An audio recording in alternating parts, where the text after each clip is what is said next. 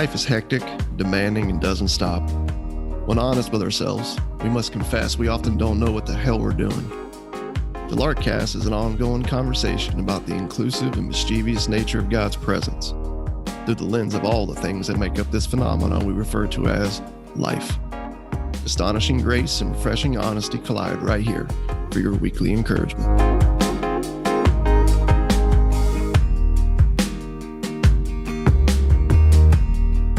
Are live. The Lark duo is live. First time using video. We're going to try this. We'll see. Everyone's been experiencing us as voices up to this point. And now we're coming out, dude.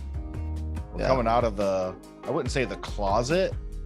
I mean, I know we're in Pride Month and everything. I wouldn't say we're coming out of the closet. I'm coming out of my basement. I'm in my laundry room, literally. Is where I podcast from. So I'm staring at my washer and dryer. This is kind of like my, office right here. But now people get to see where we usually are. Yeah, dude. This is and for me it varies. Sometimes I'm in this amazing office. Thank you to my good friend Bill Vecchio. And sometimes I'm in a very large auditorium. And sometimes I'm in a children's room. Sometimes I've created a makeshift desk in an old nursery. And I have literally podcasted from a supply closet at this building that they lend out to me. You're like the MacGyver of podcasting. Yeah, dude. You're like a nomadic, gypsy, resourceful podcaster. I like that. That's good. Always surviving, dude. Always surviving. Always thriving. Making it happen, man. That's what I do. Making it happen. We do want to say we did not plan for this, but we're both wearing Ebbets Field hats. This podcast is not sponsored by Ebbets Field, but if it were to become sponsored by Ebbets Field, we would not complain about that. No, we wouldn't. We would, and by sponsor, we mean if it was a free hat once a month. A free hat, just like for just one. I would like just one. Yeah. I would love to get one of them like 1950s Tampa Bay Smokers minor league baseball jerseys they got, bro. I feel like that's inevitable for you to get one of those. I gotta get one of these days. I'm gonna get the one with the cigar. Well, both of them have the cigar on them. Yeah, those are pretty good. If you haven't checked it out, just if you know, Ebbets Field. Yeah. But today we're continuing our parable series, Parables of Grace. And today we are talking about what might seem like a really, really straightforward topic. But we're going to come to find out that it's not. And if you have any bit of just honesty with yourself, any bit of self-probing, you're going to realize that you struggle with this topic. We're talking about forgiveness today. We're talking about the F word, the real F word, the one that will make you say lots of F words. Yes. The real F word. And we're talking about forgiveness, the kind of forgiveness that God forgives with. We're talking about accepting it and extending it. And the parable that we have today is really cushioned in between or after some pretty challenging stuff. So this is going to be this is going to be a challenging but good conversation. And we suspect that it might turn into a two-parter. We don't know. We don't plan these things. So we'll see. Yeah, we're going to see. There's a lot. Oh my gosh, man. It's for me, I always know something is like really brewing when you're studying, you're diving into what Jesus has said, you're thinking through life, you're talking with people, experiences, and you start coming to this conclusion where you're like, dude, I'm rejoicing in this. And at the same time, I'm like, whoa. Like this is just there's so much depth here and beauty and wisdom and joy and equal frustration. Yes. So I'm like, yeah, here we go. I would say here we go. Here we go. It's a podcast about struggling with forgiveness. And I think Jesus is telling us as people, we're not really good at being forgiven. It's like twofold. Yeah. We're not very good at being forgiven. But I'm just going to go ahead and jump in and read it. The passage is in Matthew 18:21. It ends in 35. So for those at home following along from the scriptures, Matthew 18:21 to 35. Then Peter came up to him, Jesus, and said, Lord, how often will my brother sin against me and I forgive him? How often is somebody going to do something against me that I got to forgive? And Jesus said to him, oh, shoot, I've messed it up. My bad. It's one of those where it's like the first verse is on the bottom of your page and you got to flip it halfway through the first sentence. Damn it. Please forgive me for screwing that up. Then Peter came up and said to him, Lord, how often will my brother sin against me and I forgive him? As many as 7 times? Jesus said to him, I do not say to you 7 times, but 70 times 7. Therefore, the kingdom of heaven may be compared to a king who wished to settle accounts with his servants. When he began to settle, one was brought to him who owed him 10,000 talents. That's a lot of dough. We're going to do the math for you in a little bit.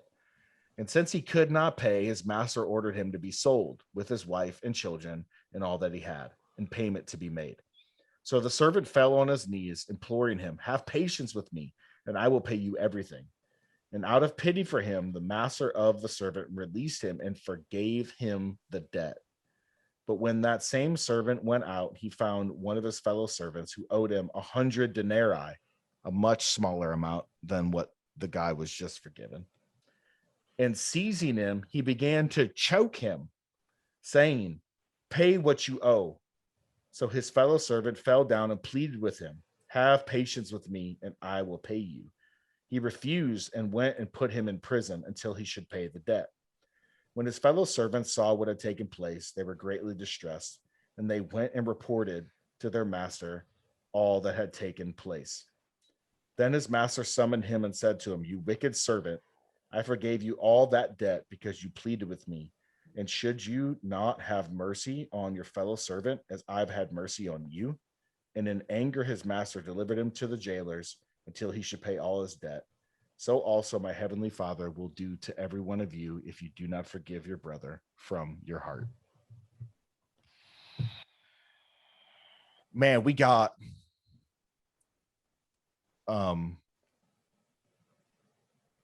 insane debt, insurmountable, unfathomable debt. Yeah. We have shocking forgiveness. Yeah. We have anger, drama, choking. Yep. This dude threw his buddy in jail. I'm glad that can't happen today. Just like, yeah, this dude needs to go to jail. Take him away. Yeah. Yeah, this is a jam-packed parable here.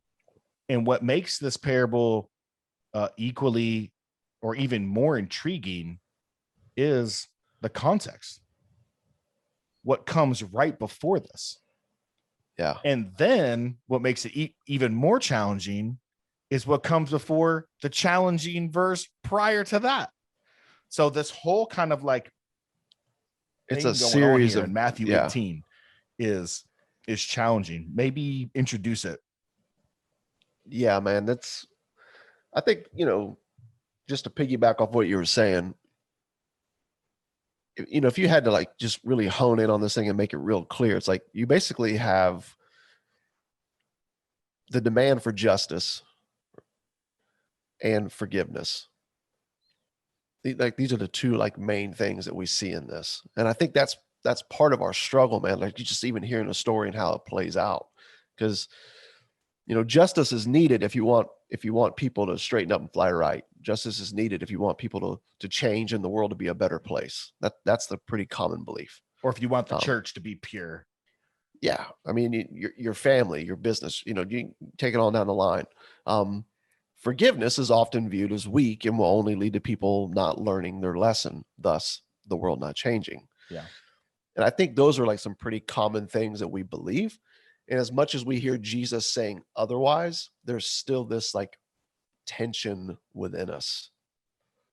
And, as we were, thinking through this, man, and like diving into this parable, I came across something that Mark Bergen had written down years ago, a friend of mine. back in Chicago and sort of describing this parable. And I feel like it's pretty fitting, dude, and like setting up where the context even goes to. So I just thought it'd be cool to just read it, man, because I can't say it better than he did. He said, we look at this parable and we find this, that cries for justice feels so right as they rush from our guts into the air of this unjust world. They feel right because they are right.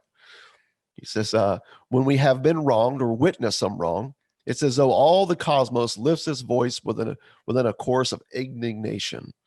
This is the problem of forgiveness. How can we shut our mouths when our mouths drip with the righteous judgments and demand for the world be made better?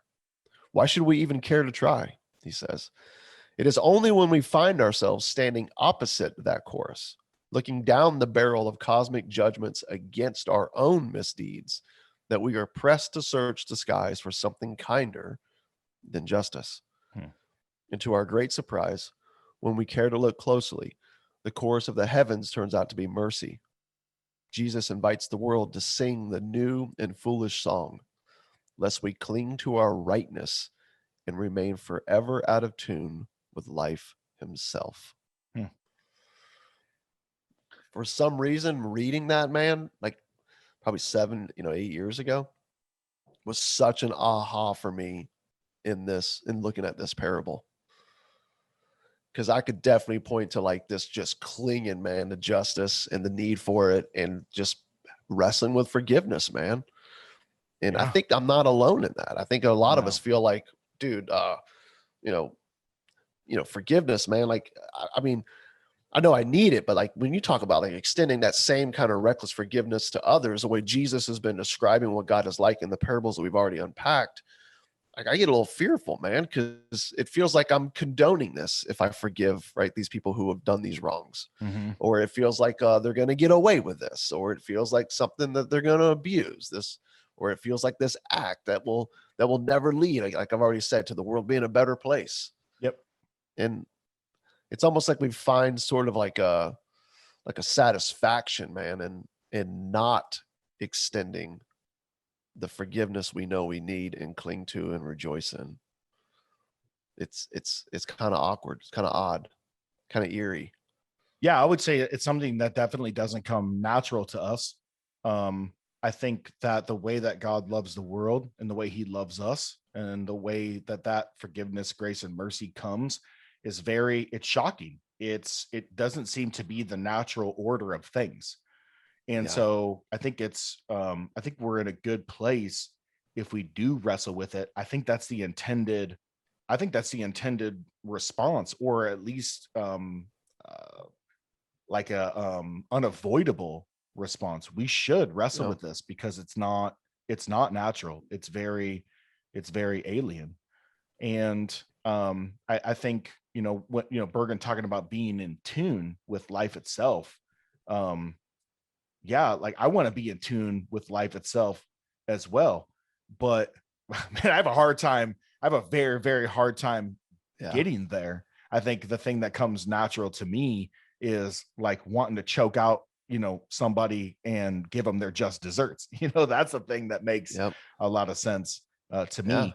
But this parable is very challenging because we just got done with the parable of the lost sheep, lost coins, and lost sons out of Luke 15. In Matthew's gospel here, the parable of the lost sheep is what Jesus has just got done sharing that one.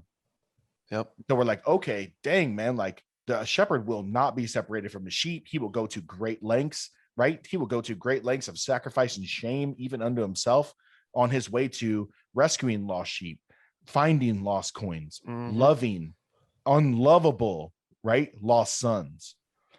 And then there's this then we have this parable right here, but in between these two passages that really unpack this insane grace, you have this passage that is traditionally known as the passage that we use to talk about church discipline or excommunication.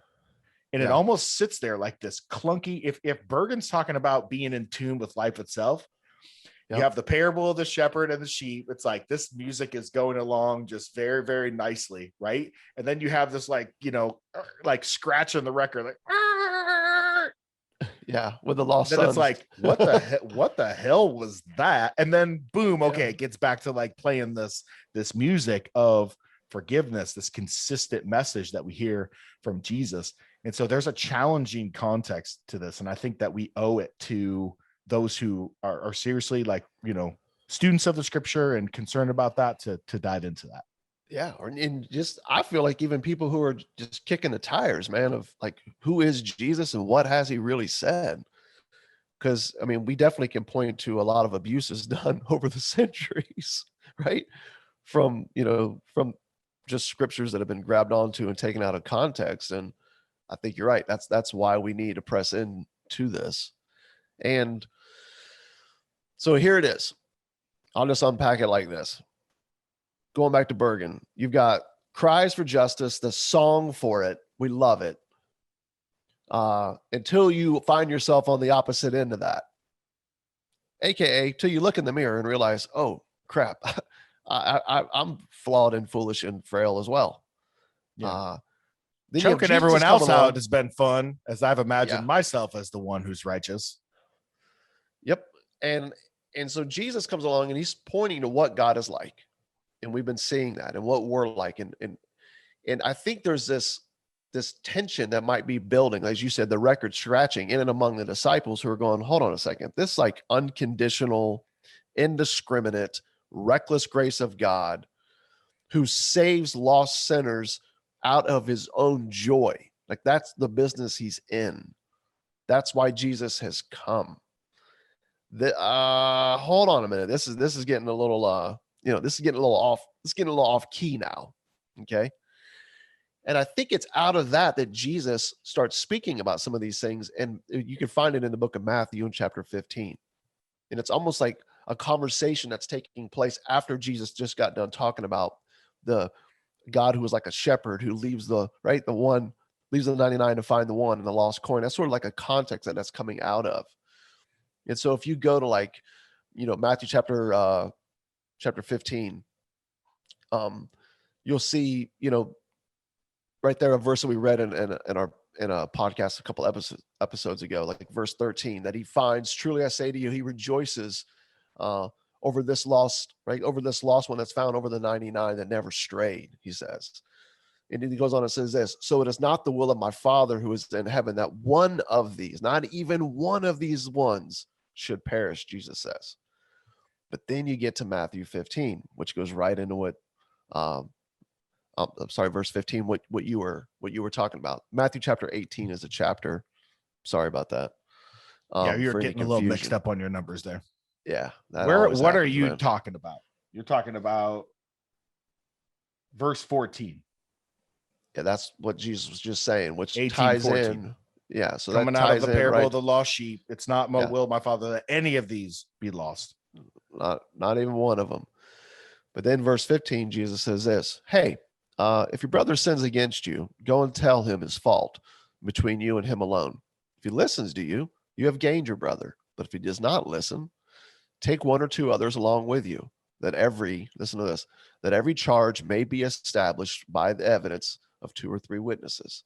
If he refuses to listen to them, then tell it to the church. And if he refuses to listen even to the church, then let him be to you as a Gentile and a tax collector. It's like, wait, what? wait, hold on a minute. I mean, dude, think about it. I've got people right now that have been, hey man, love the LARKCAST. I've been listening to it. Man, you guys are like unpacking these parables and I'm seeing things I never heard, but just out of curiosity, like you have heard like Jesus's take on what to do, man, if people don't really grab onto this grace that he's talking about, haven't you? Right? And there this verse comes. Yeah, we'd love grace on the front end. Right. Yes. But then it's like, at a certain point, we probably should get on to choking people out and throwing them in dungeons. There it is. And so, you kind of have like this little like instance here, man, where Jesus has got these disciples around him. They're not grabbing on to what he's really revealing in the parables. They're kind of wrestling with this conditional, you know what I mean, unconditional acceptance, because they're very accustomed to and very comfortable with conditional acceptance. I would say that's us today, man. We're no different. I always laugh when people talk about like humanity progressing. I'm like, dude, the heart of humanity and its evil desires, its self-centered nature has been the same since day one. Don't be confused. And but we see this here. And so Jesus gives a response, it seems at first glance. I'm just going to go ahead and say it. I just read it, that contradicts everything he's been saying. Yeah. Hold on a minute. Unconditional, indiscriminate, inexhaustible, reckless grace, acceptance, love, pursuit of God to us. And here you are telling me that if my brother sins against me, it's 3 strikes or you're out. In other words, yeah, you see that lost sheep over there? Yeah, I'm going to give him 3 chances to make it under the wire. If he doesn't, yeah, well, then he's gone to the wolves. Mm-hmm. You know? And I'm just looking at this thing going, this can't be it, man. Jesus just got done saying in verse 14, right before he started that, it is not the will of my Father who is in heaven that even one of these little ones should perish. Yeah. Well, but after you're rescued, it's 3 strikes and you're out. Yeah. And so you see, like, okay, even like let's say you take the traditional understanding of this passage, which we're going to suggest something that dovetails with the passages that it's cushioned into, or that, you know, come around it. Let's say you take the traditional passage that Jesus is really like laying out something like legit that we need to practice here, which, by the way, would have been in tune with the modern like day rabbinical teaching. The modern rabbinical teaching of the day was a 3 strikes you're out. Like, you forgive up to 3 times. Like, there was a limit to mercy, to grace, to forgiveness. This little passage here about excommunication, about, you know, go to him, take your brother 2 more times, and then, you know, treat him as this kind of like outcast, so to speak. That would have been very in tune with a modern understanding of how to do and go about things. So it seems odd to me that Jesus would be bringing up these parables, which are like flipping people's freaking like just like lids, right? Upside down, and challenging every common understanding and going so far above and beyond how they understood the love of God and the grace of God, only to come back to something very common culturally. Yeah. Unless he's doing something else here. That's the key. Unless he's doing something else here. Unless the master storyteller, it knows what's going on in and around him and is doing something else here, which I mean, I think he is. So I'm just going to go back here to the same thing I was just reading. Right after he says this, right? Let him be to you, he says, as a Gentile and a tax collector. Like, whoa, really? Like that's what we do? 3 strikes, and then that's how we treat them? Jesus says this, verse 18, truly I say to you, whatever you bind on earth shall be bound in heaven, and whatever you loose on earth shall be loosed in heaven. Again, I say to you, if 2 or 3 of you agree on earth about anything they ask, it will be done for them by my Father in heaven. For there were 2 or 3 are gathered in my name, there am I among them. Verse 21, it says, then Peter came up and said to him, Lord, how often will my brother sin against me, and I forgive him? As many as 7 times? Jesus says to him, I do not say to you 7 times, but 77 times. Yeah. Or some translations will say 70 times 7 times. Which Therefore, is just the a playful kingdom of heaven, he says, shall be compared to a king. And it goes into that story, dude, that you read, the parable you read when we kicked off the podcast. So go ahead. What were you saying? Well, just to let people know, 70 times 7 is just a playful way to say that there is no end for God's forgiveness. Yeah. Peter, I think if you that's don't what know, he's doing. Yeah, if you don't know about Bible characters, Peter's like just this extra dude. He's like always like over the top. Like, even when Jesus was washing the disciples' feet, just like moments before his passion, his suffering, crucifixion, flogging, all that, Jesus is walking around like washing people's feet. And Peter's like, nope, you're not going to wash my feet. I'm going to wash your feet. And Jesus is like, dude, listen, man, like you don't really understand. Like, unless I wash your feet, you have no part in me. Meaning the only way you know me is I serve you, not you serve me. That's not how this relationship goes, because it's a one-way love of my love coming to you. So Peter, being the extra dude that he is, he goes, then wash my whole body, not just my feet. Right. So I think it's just good to know like who Peter is. He's the same dude that when the soldiers came to arrest Jesus, he pulls a sword out of a holster of a Roman soldier, which is the equivalent of like pulling a Glock out of like, you know, a cop's like holster to like aim it at these people coming to arrest Jesus. And he lops a dude's ear off. He actually uses it, not threatens to use it. He cuts a soldier's ear off. So Peter's this very extra loyal. He's very logical. Everybody has like this inner Peter, right? And so he hears Jesus say and break down this 3 strikes you're out, this common excommunication passage. And he was like, okay. So how many times should I forgive then? 7 times? And he doubles the cultural allotted amount. He goes above and beyond, thinking that he's introducing some very extravagant, reckless, like new radical approach to forgiveness. Like he thinks in his mind the 7 times is kind of like what Jesus would be like, there you go, bro. Pat on the back. Awesome. Good job. You're finally getting it. And that's why I think we have to go ahead. Well, I'm just saying, Jesus is like, dude, what you thought was aligned with this love and forgiveness I've been talking to you about still falls short. Yeah. And I think that's what we were saying, like, if you look at these passages and you look at the context of what Jesus is saying, okay, what he's coming out of saying, the wrestling that's going on, and then the very next parable that he tells, which we're going to be unpacking here in a minute, I think he's basically setting them up to realize that they're not grabbing on to the whole unconditional operation of God's love and forgiveness. It's this thing called grace to rescue humanity, not to reform it, not to improve it. It's improvable. Okay. It literally needs to be resurrected in God himself. It needs to grab on and to live into life itself, Jesus himself. It's its only hope. And they're not grabbing this. So if you take like the whole count and, the whole thing into your mind's view and pull back, Jesus, knowing this, says, yeah, you know what, guys, if somebody sins against you, it's really a 3 strikes you're out plan. This is how it works. It's, again, you brought it up. It's like kind of where the church developed this love affair with excommunication. You get a few chances to get it right, but you'll eventually be shown the door. And I think when we read this and we're like, yeah, man, that's it. And we don't even stop and think, this seems like a contradiction. Yeah. Unless Jesus is saying something else. And he's not contradicting himself.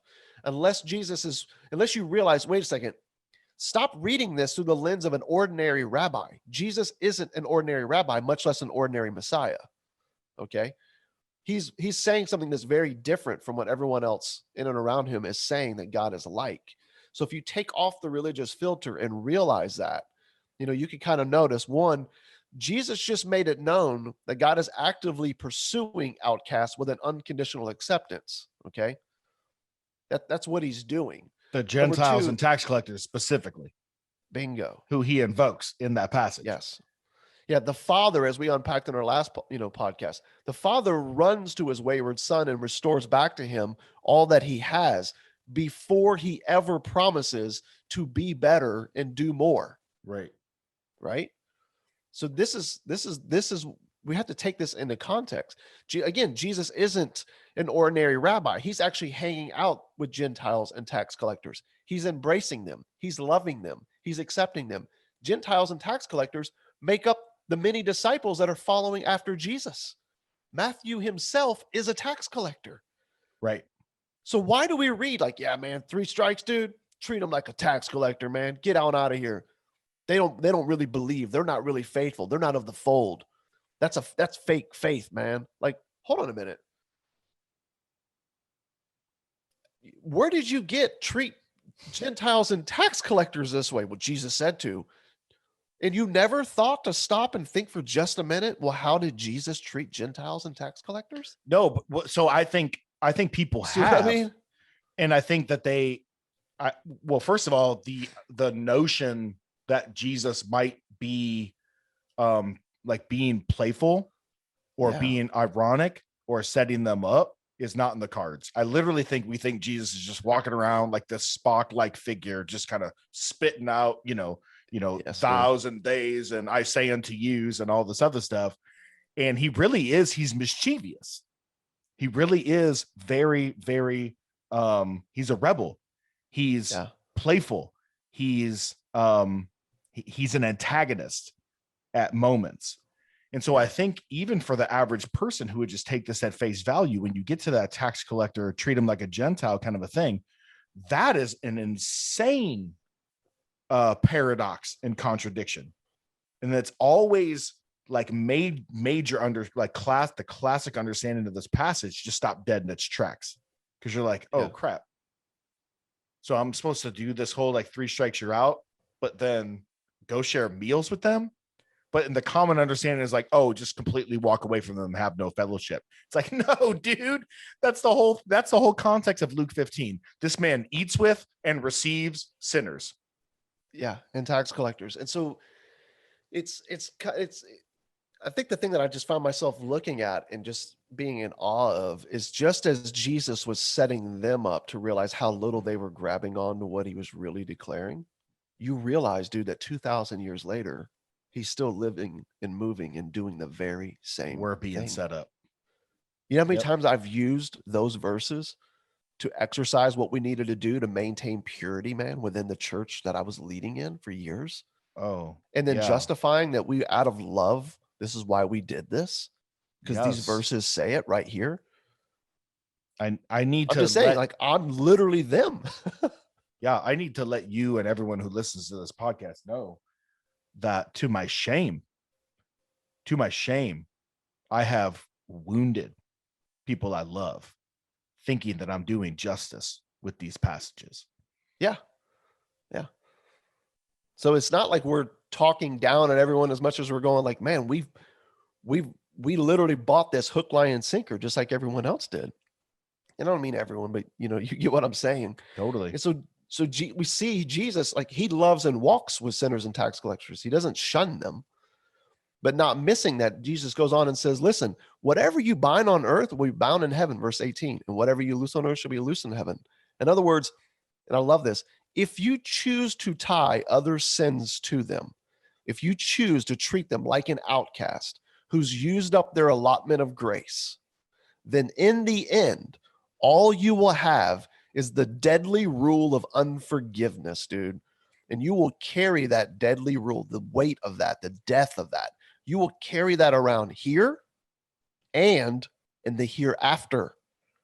That's what he's saying there. Which is exactly in alignment with the parable itself. Yeah. And you almost wonder if the disciples are going, hold on a second. Wait, what? Right? Because he's switching again. And then the very next thing is where you brought up, where Peter's like, oh, well, listen, Jesus, I know you've talked a lot about this unconditional, grace and acceptance, but seems like it could be a bit much. And now you're saying it's 3 strikes, you're out, but that seems a little harsh. How about we go for, the number of perfection? How about 7? Forgive him 7 times? And again, you're so spot on, dude, in how Peter is. And I remember getting to that point in my journey and going, yeah, man, it's not that. It's this. It's the 7 times. And before you're that person who, like me in the past, starts to pull out your phone and set up your little note section and starts tracking how many times you've forgiven the people that are in and around you. You know what I mean? Keep reading, because that's where the checkmate comes. That's where Jesus goes, gotcha. It's not 7 times, bro. How about this?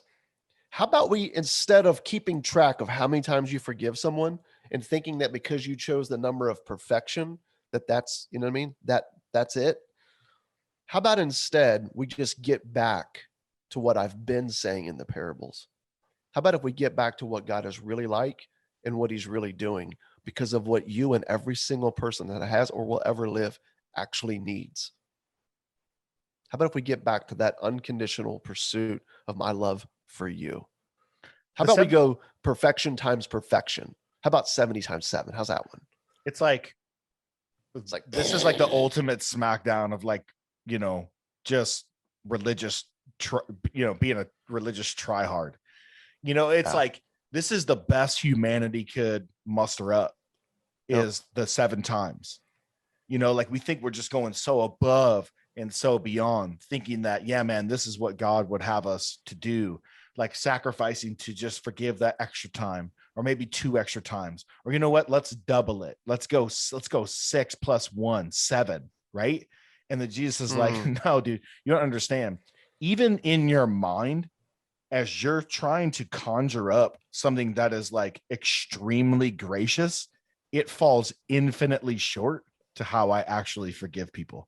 70 times 7 is a way of saying there is no end. That mercy and grace and forgiveness is literally a black hole. It is a black hole. There is no end. There are no margins. There are no boundaries. It is exhaustible. It is unfathomable. It is for everyone. There it is, man. So if you approach this parable thinking that this whole like 70 times 7 thing is something that we can attain, or scarier yet, I would say something that you are actually already doing, then you are absolutely lost. This 70 times 7 thing, it should scandalize you. It should challenge you. Absolutely. Yeah. This parable will be only helpful to us if we see the impossibility of reaching the heights of this 70 times 7. Yeah. Of this forgiveness. And to illustrate it, he gives this very basic, simple story of someone who owed a king an insane amount of money. Yep. Yeah. He says the kingdom of heaven is like, right? The kingdom of God is like a king. You know what I mean? Who was owed, you know what I mean, by his servant. No, check out. I love what it says. It says it shall be compared to a king who wishes to settle accounts. It speaks right to the king's heart. Like right from the get, he wishes to settle accounts. Like in eternity past, God wished to settle accounts. He's not saying there aren't infractions and debts and things that are rightly owed. You know what I mean? That's why the cries of justice drip so fluently and eloquently, you know what I mean? Like off of our lips as we sing this chorus. And they feel good. It's right. And they feel right. Yes, there is a rightness. There's a rightness to it. No doubt. Right. In fact, I think forgiveness, I think we should struggle with forgiveness precisely because the debt is real. Yeah. Precisely because the hurt is real. Yeah.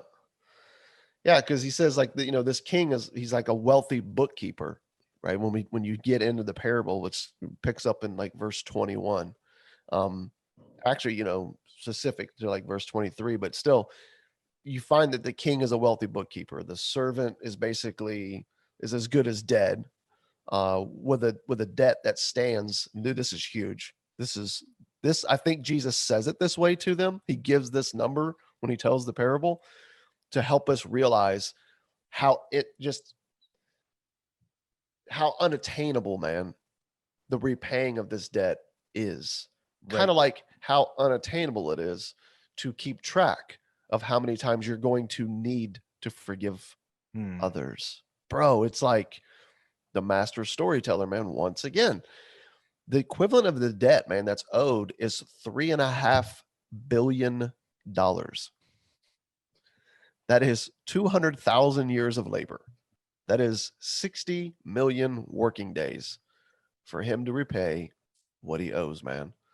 So this is not some stable. I like how he says, dude. Have patience with me.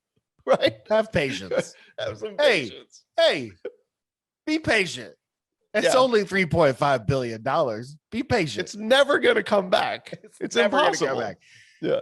But again, like that's what I love about this. Isn't some stable boy here, man. This dude had to have some real clout in the king's business to accrue that kind of debt. All right. And this like no nonsense king.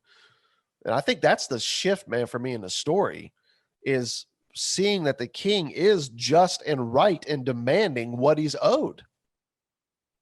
He's a no nonsense king but he moves from what he's rightly owed to a place of mercy, man. It says in the scriptures there, Jesus says that he takes pity on this guy. In other words, the king chose to die to himself, bro. The king chose to die to everything he was rightly and justly owed. Yeah. The king chose to die to his very own business of bookkeeping, man. Yeah, he absolution, the idea of absorbing. Forgiveness can only happen if someone absorbs a wrong. You have to eat it. You have to take it. It's like a fastball to the ribs, like you could go charge the mound, right? That would feel very, very natural to go do that. There is a justice in that. There's an eye for eye, right? A tit for tat kind of nature, to that. I did that when I was a young ball player. I'm sure you did. But in order for forgiveness to happen, someone needs to absorb the wrong. And the old, what goes around comes around, right? That cyclical, just, the playing out of justice actually just stops dead right at the foot of the cross. And you come to find out how this king actually settles accounts. He settles accounts by closing the books forever. Yep. Yeah. It's the final word. The final word on all of it is the literal life, death, and resurrection of Jesus. It's the cross, because you can never point at anything and say it was never treated with the fairness and justice that it deserved. Yep. But you can never point at anyone and say that you're not forgiven and loved. Yeah. It's literally this insane historical thing that God did. And he gave us this story to grab onto. So our, we want this evidence. We want this tangible, right? Thing. And it's Jesus of Nazareth was a person. The cross happened. The body couldn't be presented. The resurrection happened. Yeah, the center of the Christian story, the Christian life, Christianity is not you and a God who exists, like Santa Claus to grant all the things that you desire if you behave and do well and perform your best. The center of Christianity is a cross, because at the center of humanity's need is resurrection, and it's all of us, dude. Mm-hmm. Everyone. There's not a single person that's ever lived or will ever live that doesn't need this, who does not butt up against this. And I think we forget this because we read this story, and when we read this story of what God is like and what he's invited us into, which we'll get to, is I think we forget to notice the servant did nothing more than ask for grace to receive grace. Right? This guy that accrued all this debt, who's supposed to be going to prison, and rightly so, it's in that moment that he pleads for mercy. All he does is ask for grace to receive grace, which makes me wonder, where our obsession with restitution processes comes from. There's this list that needs to be completed in order for forgiveness to flow. Where does that come from? Because that's not what we see in the story here. But then, of course, as we follow the story, we also realize that this servant is a law-loving bookkeeper himself. Right? Yeah. He's a progress-seeking bookkeeper, man. But he's a forgiven bookkeeper. For sure, but it's he seems to think that he received grace, forgiveness, because of his offer to repay his debt, which we see in verse 26. He has no real notion of grace. He has no real notion of forgiveness. He doesn't understand, especially unconditional grace. It's almost like there's a switch that goes off in his mind that thinks that he's been granted forgiveness because he promised to repay it. He doesn't realize, no, that's not what happened. Oh, I get what you're saying. The king chose to extend grace because he asked for grace. Had nothing to do with his promise to repay it, because the king doesn't ask for that. It's simply forgiven. So I'll die to myself and grant this to you. So your thought still, it allows what I'm saying too, is that even though he doesn't understand it, it's still true. Like the king for still sure. forgave him. Yep. So when we find out what he does after this little trial here, this moment where he's summoned and he gets this just like crazy amount of debt, an insane amount of debt, completely just wiped. He walks. The king knows a losing proposition when he sees one, dude. If you're a guy that can grant one dude working for you $3.5 billion in debt, you can like hand that to him. You know what I mean? This is a pretty big operation here. This king knows a losing proposition when he sees one. I don't think he's moved by the promise of repayment. He won't even play with it. Right. He won't hear of it. He won't even enter into it. Instead, it's forgiven. Which is, you know, the whole if you've been in and around Christian circles, you'll know that the debtor's ethic is a very real motivating factor in the Christian life. You know, you'll hear something like, because he sacrificed so much, you know, like let's give our lives, you know, to him. This offering doesn't compare to the offering you gave, but it's the least I can do because of what you've done, you know, for me. And I'm not saying that there's not a responsive reactionary thing going on there. Forgive as you've been forgiven, but that can quickly turn into its own form of bookkeeping, right? Yeah. And comparing and managing, you know, kind of a thing. Yeah. It makes, as I'm just thinking about it, man, it's hard for me to move past what this servant goes and does, right? Like he's merciless, man. And how he goes after making money after he's been granted his forgiveness.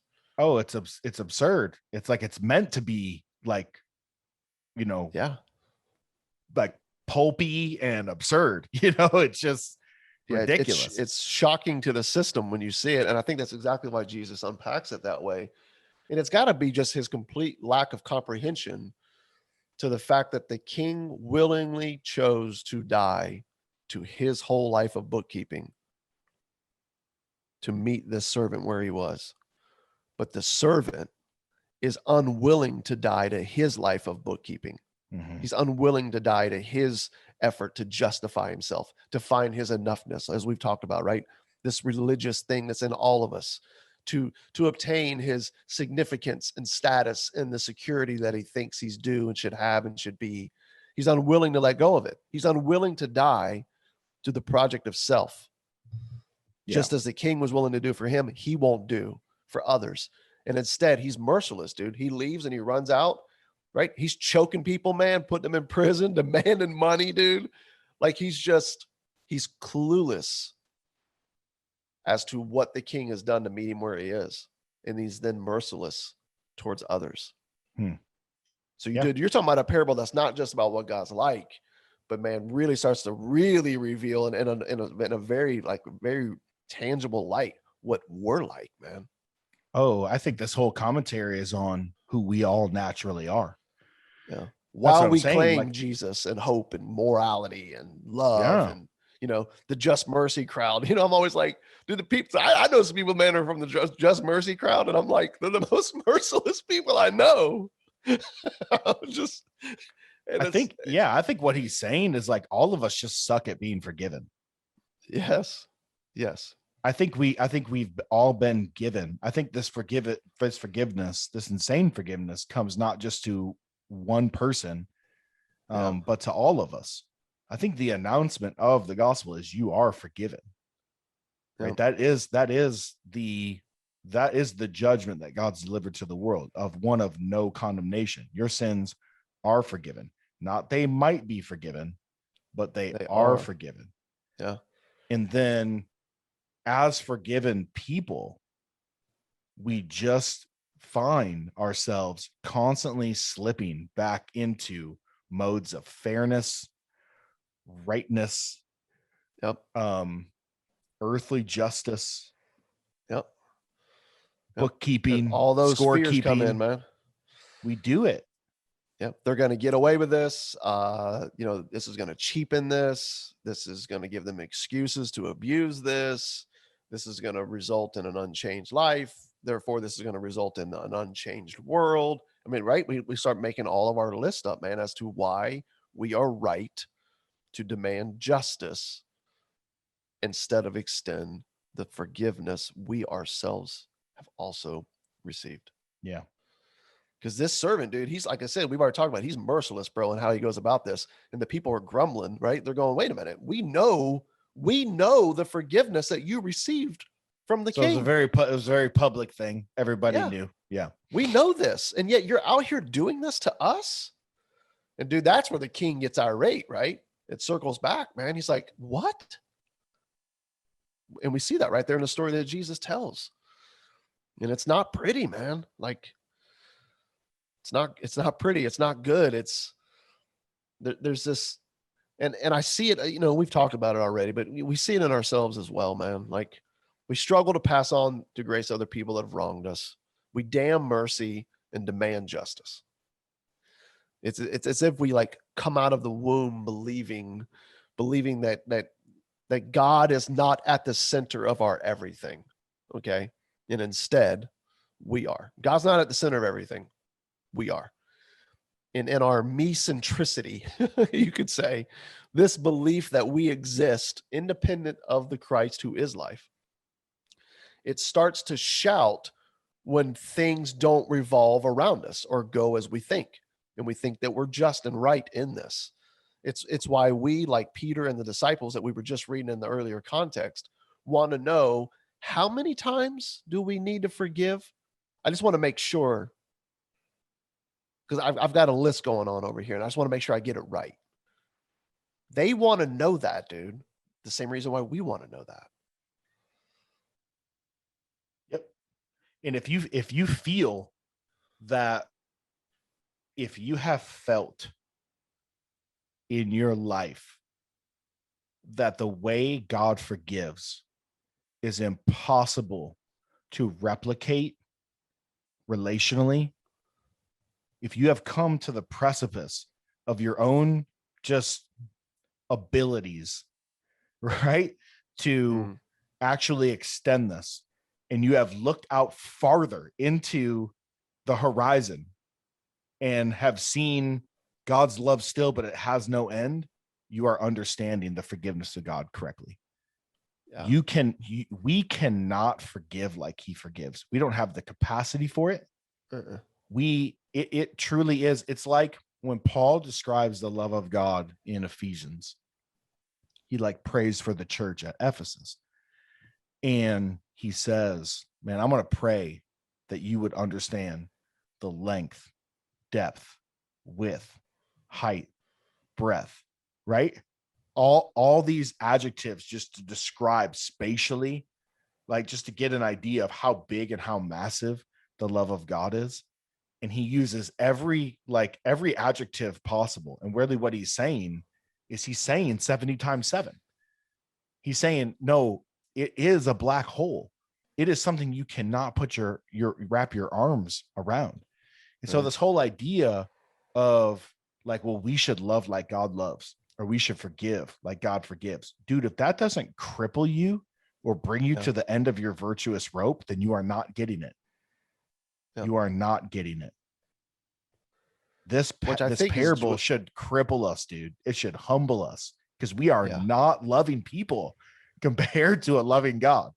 No. And I think there's a beauty in that. There's an invitation in that. Yeah. Right. We hear that and we're like, yeah, man, I'm going to work harder. I'm going to strive. Pull yourself up by your bootstraps. I'm going to climb that ladder. And it's like, no, dude, most of Jesus's teachings are designed to create a crisis of capacity in you. Mm-hmm. They're designed to bring you to the end of your virtuous rope, because it's at the end of yourself that you find life.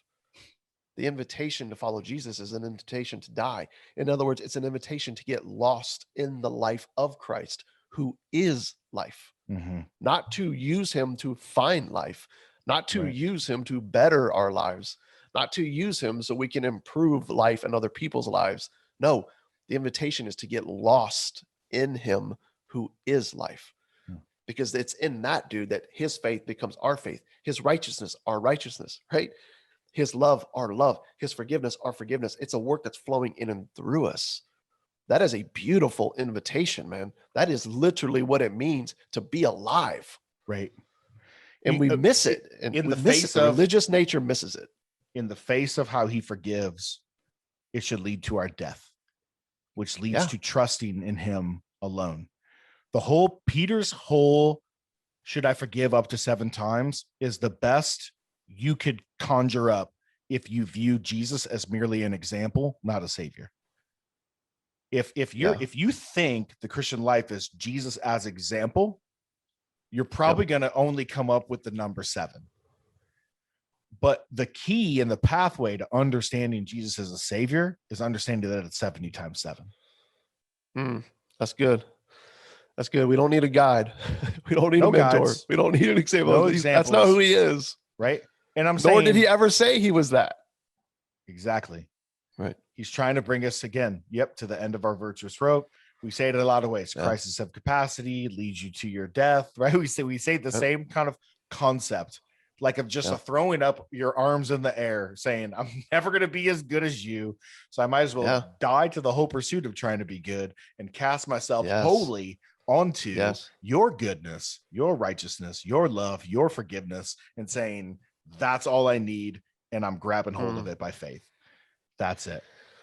And it's going to be what's needed, man, because when you stand a bunch of people who think that they are at the center of the universe, okay, or at least let's just say the center of themselves, the center of their own lives, is that they're somehow existing independent of Christ who is life. When you stand all those people up against each other in their me-centricity, they're going to bump into each other. That's what people do. There's going to be strife. So there's going to be anger, there's going to be bitterness, and there's going to be frustrations, and all these things are going to come out, and there's going to be this demand, right, for justice, and this desire to really wonder, like, man, how many times do I need to forgive because my sense of justice has been violated? And I think what we have to realize is at the core of our discord isn't a sin against each other. I'm going to say that again. At the core of our discord is not a sin, okay, against each other, or sins that have been committed against us. If you want to just say that you're strictly only just, okay, the victim. At the center of our discord, bro, is a sin against God. We see that in the scriptures. We exist in him. Our act against someone, okay, against someone else, our discord, our sin against someone else is ultimately a sin against the one in which they live. And it's him, okay, who chose to die to his whole just operation of bookkeeping to meet us where we are. And then we're wondering why we don't have harmony with each other. And it's because we refuse to also die to ourselves so that that same grace and forgiveness could flow through us. And it's in and through that, dude, that we find relationships, we find meaning. We literally learn what it means to be human, man. So in this parable, you have a man in debt who pleads with the king for his debt to be forgiven. And the thought I had this past week in looking at this passage is at the cross, we find the king, right? Not a man who's pleading with a king for debt to be forgiven, but at the cross, we find the king of all kings pleading with his dad and his father for our forgiveness. He says, Father, forgive them, for they know not what they do. And this is what God does. He doesn't wait for us to ask or plead. Before we go looking for this forgiveness, or before we go looking for this absolution, before we even realize that we need it, I think the work of Jesus is saying to the world, you are forgiven. And the horror of this passage is the harsh dealing of those who have tasted this forgiveness in the face of their own sin, but insist on consistently just ignoring it. refuse to die to themselves. They refuse to trust him. Yep. They refuse to, I don't know, like walk into the reality of it. Let the reality of it like really just truly like crush the heart, to deny it, act as if almost it didn't happen. Like like literally you're reading this passage. You're like, bro, don't you know what just happened? And the only thing I can think of is it's almost just like an absolute refusal to even believe it happened. Yeah. Like almost like an acting as if it's not there. Yep. In other words, unbelief. Yeah. Unbelief. You insist on declaring and enforcing condemnation in the face of other sins after you've heard the announcement that God has given to the world in his son, Jesus. No condemnation. John 3:17 and 18. God did not send his son into the world to condemn the world, but to save it. That is the announcement. That is the judgment. Yeah. And I like how you brought that up. Like, the perfect, parallel to this parable is like you said, man, it's Jesus on the cross. The only difference is the cross is a true story. Right. Yeah. Right? It's a true parabolic, story. But it's not a parable. What is it? Is in Hebrews, it says it was for the joy that was set before him, right? Jesus endured the cross, despising the shame, man. And he's now seated at the right hand of God at the throne, man, with us, right? Dwelling in him. His death for our death, his resurrection, right, is our resurrection. His life is our life. It's in and through him that we dwell because of what he's done. And like the refusal, man, of that, the unbelief in that, the unwillingness to trust him in that, the denying of this reality, man. Mm-hmm. And then going along with our bookkeeping lives. And we go back to that verse we brought up in the context. Remember, we choose to bind earth, these things, when they're going to be bound in the hereafter. If you want to live by the rule of unforgiveness, it will be bound to you here and it will be bound to you in the hereafter. Yeah. But that's your choice, man. Right. But that's not something that you have to choose. Yeah. You welcome the disillusionment if that's you. Disillusionment's not bad, right? We've talked about this. Disillusionment's good because it means you're moving away from the illusion. Moving away from illusion. You're moving away from this. Move away from the illusion that you've been forgiven because you have right theology or because you said some prayer. Move away from the illusion that you have been freely and completely forgiven because of some list that you kept, man. Move away from the illusion that if you stick to the rule of unforgiveness, people will be forced to be held accountable and therefore they'll straighten up and fly right. And we can weed out, okay, the evil that's in this world and make the world straighten up and fly right. Move away from this illusion, man. It's death. And most of all, it's your death, dude. No one suffers from unforgiveness like the person unwilling to forgive. Well, yeah. And also too, it's a refusal again to acknowledge that the books have been settled. So here's another way to say it. The word reconciliation, which we love to bring up, it's a mathematical term. That term reconciliation, it's a mathematical term. It's like we're taking the books, we're making right. We're saying, okay, all the numbers, like doing everything, this plus this, minus this, plus this, plus this. Let's get to the bottom, 0, reconciled, right? It all adds up. Everything's taken into account. Everything's all settled up. The Bible says that in Jesus, Colossians 1:18, for in him, Jesus, the fullness of God was pleased to dwell, and through him to reconcile to himself all things, whether on earth or in heaven, making peace by the blood of his cross. Yeah, past tense. The math has been done in Jesus, right? This whole king in all of his books and his accounts, he chose to settle his account with forgiveness, with the reconciling work of Jesus. The books are this done. Parable we're unpacking is all just pointing to what he said he came to earth to accomplish. Yep. And so also revealing like what happens when we trust him or not.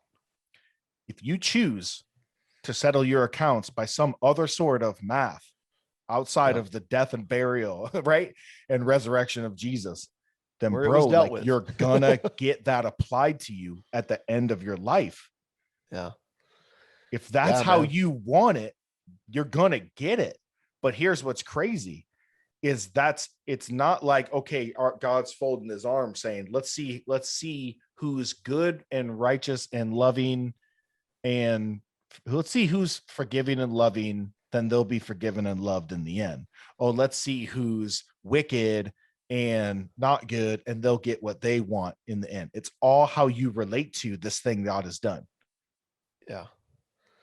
He forgives before. So the dude's forgiven before he comes back and sees him a second time.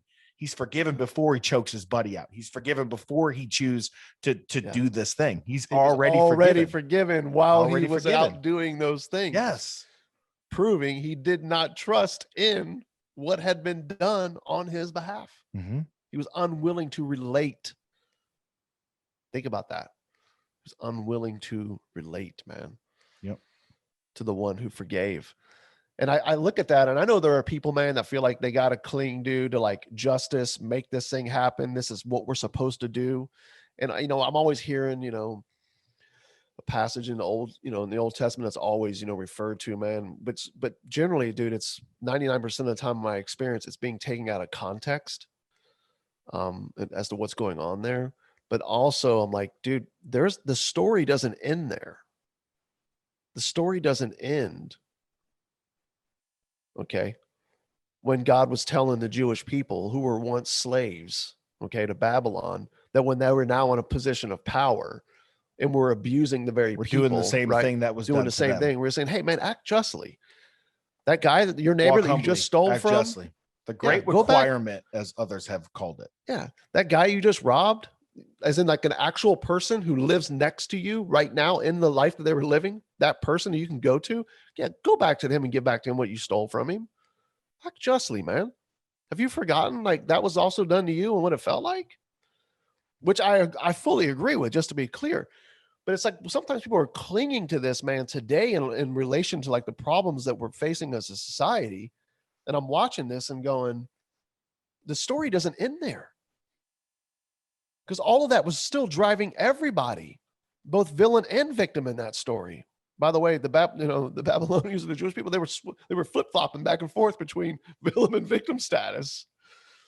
And it was all moving to what we just got done talking about, man, a cross. It's all moving to that. It's all moving in revealing a king who chose to die to what he was justly due, to meet us all where we are, and inviting us into the very joy of passing that on to other people, man. The only thing in history that could end the what goes around comes around in the vicious cycle of an eye for an eye, tit for tat is the historical person of Jesus. Yep. That's it. That's God's answer to all of it. Yeah. And how you relate to that. How do you relate to that? How will you interact with this declaration of no condemnation, forgiveness? How will you interact with this thing that's already done, already finished, already been declared over you, already for you, done to you? Like it's beyond available. It is a reality. How will you interact with this king who wished to settle accounts and chose to absorb all the wrong and reconcile the cosmos, which includes you and your neighbor who you're super pissed at, and these crazy other groups of people that you've come to believe are enemies in, your country or whatever? How will you interact with that? Yeah. I told a friend a week ago that, so man, in Jesus, I think you need to realize that you are free to stop trying to use justice and the pursuit of it as some form of your righteousness, because it isn't. And you are free to also stop using your rally cry for justice as a scapegoat so that you don't have to do the one thing and the only thing that you can actually do. Die.